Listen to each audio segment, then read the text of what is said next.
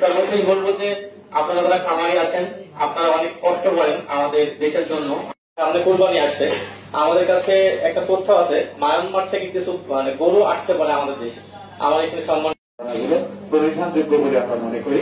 এ পর্যায়ে বক্তব্য প্রদান করবার জন্য আহ্বান করছি চুয়াডাঙ্গা পৌরসভার সম্মানিত হিসাবে বলছি, যেহেতু কৃষকের পণ্য যেভাবে আমরা সঠিকভাবে মূল্য পাই না, তদ্রুপভাবে আমাদের খামারিরা কৃষকের অন্তর্ভুক্ত খামারি ভাই এবং বোনেরা, আসসালামু আলাইকুম।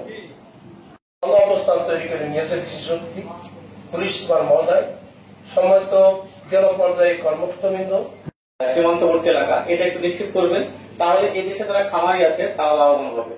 সম্মানিত উপস্থিতি, আমরা